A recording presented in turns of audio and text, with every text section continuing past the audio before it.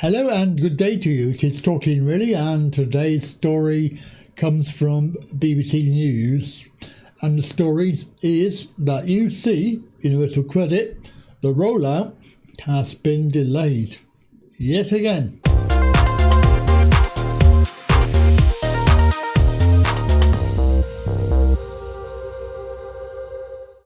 Yes, the story came out on the 3rd of February, and it's through the BBC, and the story says that the Universal Credit rollout has been delayed again, and right up to 2024 now. So it's not going to be rolled out as we expected. Continued, it's going to be delayed, and it's a good news. However, the problem is that it's going to cost 500 million, and add that onto the total. I really would love to know what the 500 million is for and where it's going to come from, because it has been delayed, and this will be the added cost to the overall cost the BBC have learnt. Officials say that not enough people are moving to the benefit, as they are scared to move to UC, especially if they're being forced to move as well. The system was meant to be fully live by April 2017, but the new delay will push it back to September 2024. This news story is significant because the BBC have delayed this announcement. The story is nothing shocking really, to be honest with you, because the Welfare Delivery Minister said claimants would not lose money as a result of the change. However, we know that that is not true.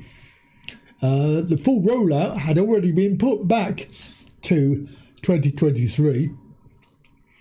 So the backroom discussions leading to the latest delay were recorded by a BBC team whose series is on telly, Universal Credit Inside the Welfare State, and it starts today, Tuesday, the 4th of February. So if you don't see this video in time, it will already be out, and you'll be able to catch it on replay. So that's on BBC. The problem is that claimants are meant to be transferred onto UC when they have a change of circumstances, such as moving in with a new partner, a change of income or whatever. The thing is that people are not notifying DWP because they are scared that they are going to get put onto UC.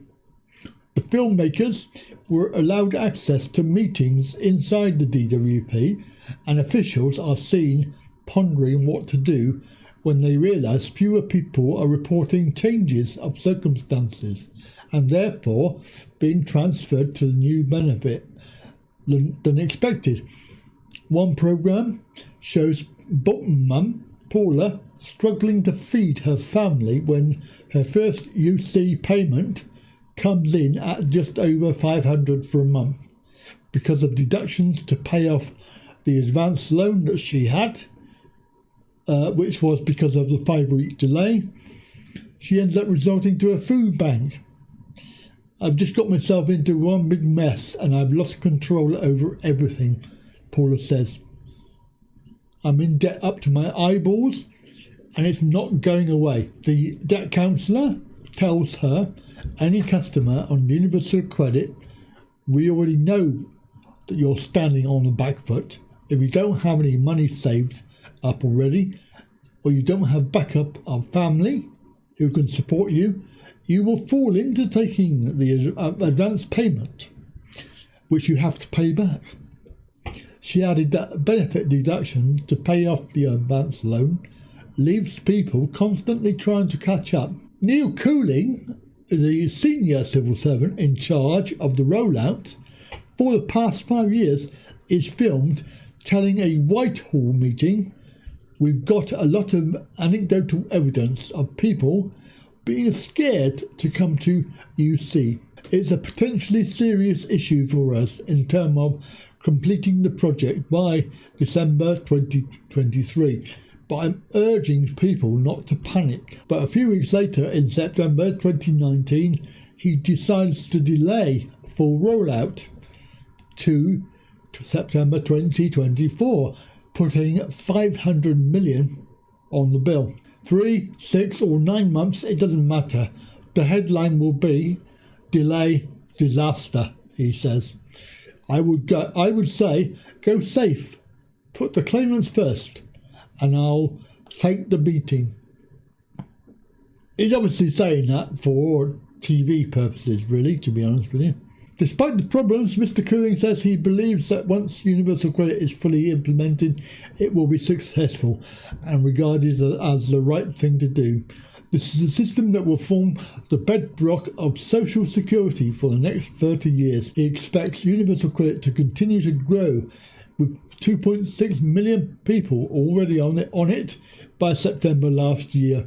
Right now, there's no way I can put the brakes on and stop. I have to keep going to the destination, or you have to set me a different destination, because there are 2.6 million people, and if we get something wrong, we could disrupt their lives, and they've got no alternative. There's no alternative bank that they can go to get help.